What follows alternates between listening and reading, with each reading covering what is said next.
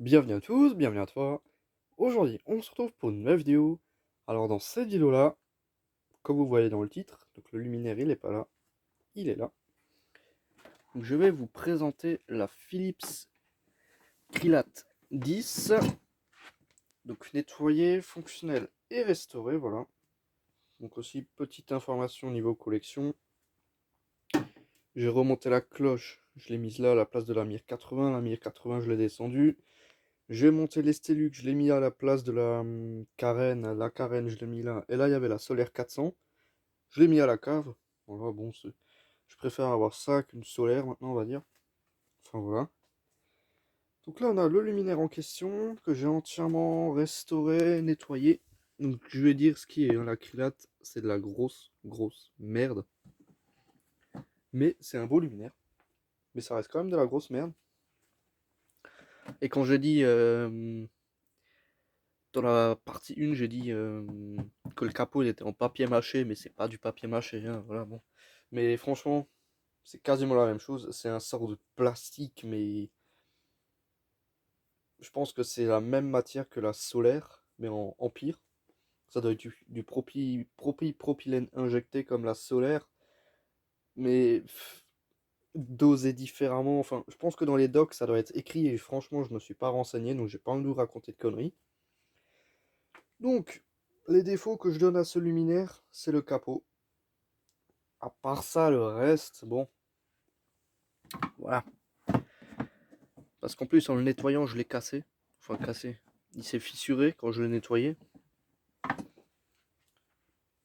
Donc la vasque, elle a blanchi sur ce modèle, mais sur le deuxième que j'ai, la vasque, elle est nickel. Donc je voulais d'abord refaire un modèle qui était un peu en moins bon état pour voir ce que je peux faire et ce que j'ai pas le droit de faire sur la bonne version, sur le bon modèle. Parce que celle-là, je la garde parce que j'adore ce modèle. Mais en soi, une, ça suffirait. Ça, c'était entre guillemets mon cobaye pour refaire. Au moins, je sais ce qu'il faut faire et comment il faut le refaire. Enfin, voilà. Donc, je lui ai mis une petite fiche. Voilà. Tac. Hop, donc le capot. Je vais déjà retirer la vasque. Donc, la vasque, elle blanchit. Enfin, elle est complètement blanchie. Et dès qu'on retire la vasque, le luminaire, il est hyper propre. Voilà. Le luminaire, il est d'une propreté, il est d'une brillance. Enfin, voilà. Donc là, on a un côté. En soi, elle est en bon état. Pour une Krilat, elle est vraiment en très très très très bon état. Pour son âge surtout, elle date de 1979. Et pour une Krilat, bah, c'est vraiment un très bel âge parce que c'est un luminaire qui pourrit mais tellement mal. Donc là, j'ai réussi à en avoir deux en bon état. C'est aussi pour ça que j'en ai pris deux, parce que c'est déjà rare d'en avoir en bon état. Donc bon, c'était peut-être la dernière occasion que j'ai pu avoir pour en choper une en bon état. Pas éclatée. Enfin voilà. Donc, le capot, je l'ai pété là. Je sais pas si on le verra. Après, il est juste fissuré, on va dire. Mais bon, c'est vraiment de la grosse daube. Hop. Donc, ces luminaires, j'ai fait une vidéo récupération de luminaires dans une société d'éclairage public. Si vous descendez un peu dans mes vidéos, vous verrez le jour où je récupère ça. Et j'arrive même à, là où il n'y avait plus de capot, j'arrive même à péter le métal, à arracher le réflecteur. Alors que c'est du métal et j'arrive à le péter, quoi, enfin. C'est vraiment, bon, c'est de l'Alpax, donc c'est pas quelque chose qui est super costaud. C'est comme les blocs d'EPA, je pense que ça se casse aussi un peu comme du papier, mais bon. Enfin, peut-être quand même pas, mais... Enfin voilà, donc c'est un luminaire qui est vraiment très galère.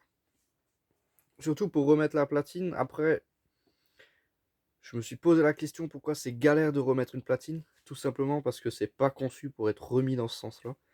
Parce que le luminaire, il est censé être comme ça. Et dans ce sens-là, la platine, elle rentre beaucoup mieux. Enfin voilà. Donc je vais pas dévisser cette vis.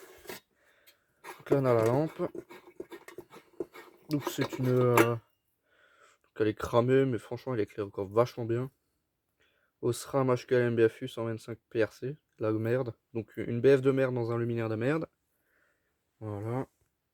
Après, je dis luminaire de merde, mais bon, franchement, J'aime énormément le modèle. Le luminaire, je le trouve super joli. Rien à dire à ce niveau-là. C'est vraiment la copie conforme d'une VM. Hop, une VM1. Tac. Donc, l'Acrylate 10 est sorti en 74 avec la bride comme ça. Donc, Eurofan, ils ont copié, je pense, au niveau de la bride pour la VM1 deuxième génération. Donc, je vais essayer de choper une VM. Là, je sais qu'il y a une VM accessible. Voilà. Tac. Petite VM1. Alors, donc là, on a une VM1. Et là, on a une Acrylate. Donc, voilà. Donc, c'est la VM de chez Philips, hein, clairement. C'est quasiment la même chose. Et pour la bride, les VM deuxième génération, ils ont exactement cette bride là. Donc ils enlèvent toute cette partie là. Et c'est exactement sur ce principe là. Donc j'en ai une. Le problème, pour vous la montrer, ça va être compliqué. Enfin voilà. Petite parenthèse de la vidéo. Tac, donc celle-là je vais la mettre là. Tac, tac, tac. Je la rangerai après. Alors. Donc je vais vous montrer un peu tout le luminaire. Donc le réflecteur qui est bien revenu. Puis voilà. Hein. Tac, le crochet, j'ai tout refait, tout brille. Il est vraiment quand même dans un assez bel état pour une Acrylate qui date de 79. Je me suis pas emmerdé à refaire la vis. Je tiens quand même un peu à ce luminaire parce que je le trouve assez joli. Même si au niveau de la maintenance, c'est pas le top. Donc le capot il est quand même encore assez flexible. Il se casse pas encore comme une chips. Donc le fait de le nettoyer, ça l'a un peu nourri aussi, ça l'a un peu assoupli. Alors, donc là on a la platine, le bloc appareillage, si on peut dire, si on peut appeler ça un bloc. Donc j'ai changé l'intégralité des fils. J'ai à chaque fois mis des cosses au bout, partout. Parce que comme il n'y a pas vraiment de point d'accroche et qu'il y a tout qui bouge, bah à force de faire gauche, droite, de démonter, de remettre la platine, machin, les fils ils s'arrachent. Et dès qu'on le remonte et qu'on le branche, bah il y a un défaut d'isolement, ça fait tout péter, enfin voilà. Du coup là, au moins je limite les risques que les fils se barrent. Condo d'origine, ballast d'origine, 1979. Donc assez propre. Bon, il y a de nouveau de la poussière dedans, mais après ça, on peut rien y faire. Vraiment assez propre. J'ai réussi à enlever tout le cramé, tout le noir, partout dans le luminaire. Enfin voilà. Donc là, bon, que dire de plus, hein, c'est un ballast encapsulé avec un condensateur. Hein. Donc pour remonter la platine, c'est vraiment hyper compliqué. Déjà, une main, ça va pas être facile. Mais je vais tenter le coup. Hop, sans péter la lampe. Bon, même si c'est une lampe de merde. Mais... Alors, on emboîte les deux trucs. Ensuite, on tourne le luminaire. Enfin voilà, comme vous pouvez le voir, c'est vraiment très galère. Une VM, c'est tellement simple. Hop. Et là, on referme la vis et on pousse le câble là. Voilà.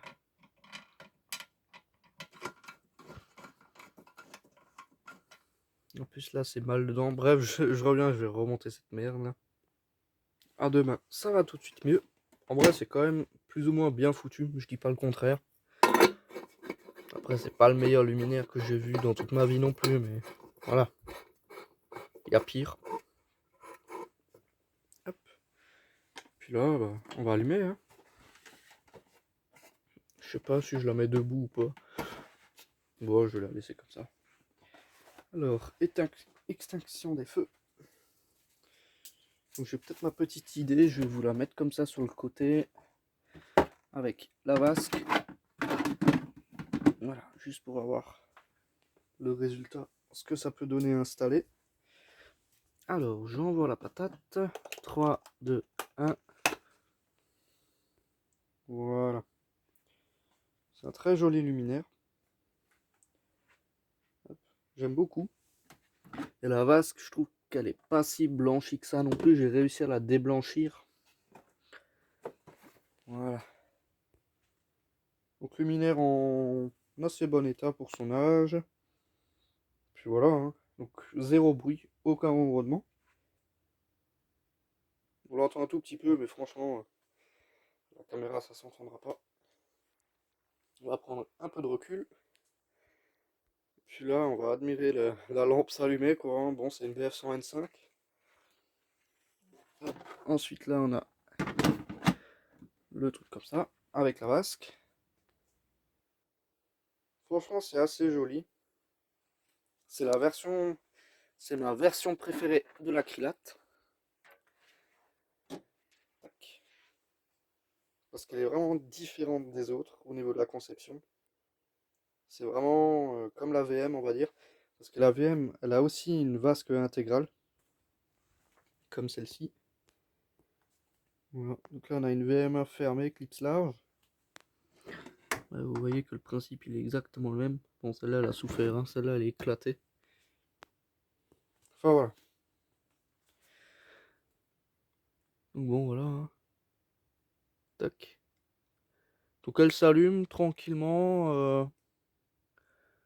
Tout ce qui est de plus classique, hein. C'est une BF 125 standard, si je peux dire ça. Voilà. Donc là, elle est quasiment à fond. Que dire de plus? C'est un luminaire, hein, voilà, de type plutôt pour petites ruelles, petites routes. C'est pas vraiment pour faire de l'éclairage pour grands axes. C'est surtout pour des petites ruelles, sur des poteaux béton, sur une petite crosse, quoi. C'est vraiment le luminaire pas cher pour éclairer ce qu'il faut là où il faut. Je pense que c'est surtout le principe de ce luminaire. Déjà, je pense que comme c'est un luminaire top budget, il n'a pas vraiment été conçu pour être pour durer jusqu'à maintenant, on va dire. Il a été déposé il y a quelques mois. Bah, depuis que je l'ai, là, ça a été déposé quelques semaines auparavant, avant que je récupère. Donc c'est vraiment un luminaire qui a tenu 40 ans, alors que c'était pas vraiment conçu, c'était surtout conçu pour du provisoire, je pense, entre guillemets. C'était pas vraiment quelque chose qui était fait pour durer, c'est comme la VM, c'est un luminaire top budget qui est fait pour on va dire, après c'est mon avis, hein, pour comme la commune elle avait peut-être pas le budget, ou voilà, ça sert à rien de mettre un point lumineux vraiment coûteux. Ils prenaient ça, voilà, ça a duré ce que ça a duré, et puis voilà, ils remplaçaient par après. Ou dès qu'ils avaient un budget plus important, quelques années plus tard, bah, ils remplaçaient tout. Ça, VM, Krilat et tout ça, c'était pas vraiment des luminaires, ou genre EPA, c'était pas vraiment des luminaires qui étaient faits pour durer dans le temps, vraiment, c'était vraiment une solution temporaire pour éclairer.